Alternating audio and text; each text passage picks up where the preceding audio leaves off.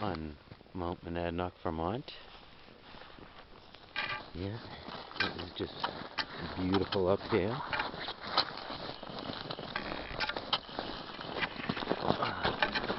I never get tired of this scenery.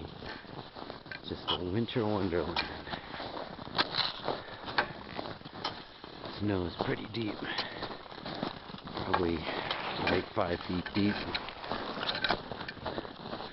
I tried stepping off trail. It's like bottomless.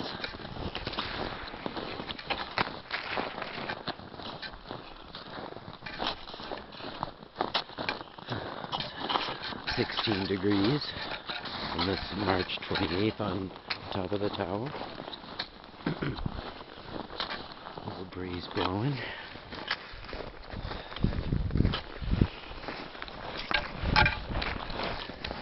Quite a groove on this trail, that's for sure. Definitely tell there's deep snow. I mean, look at these logs. Look at that log.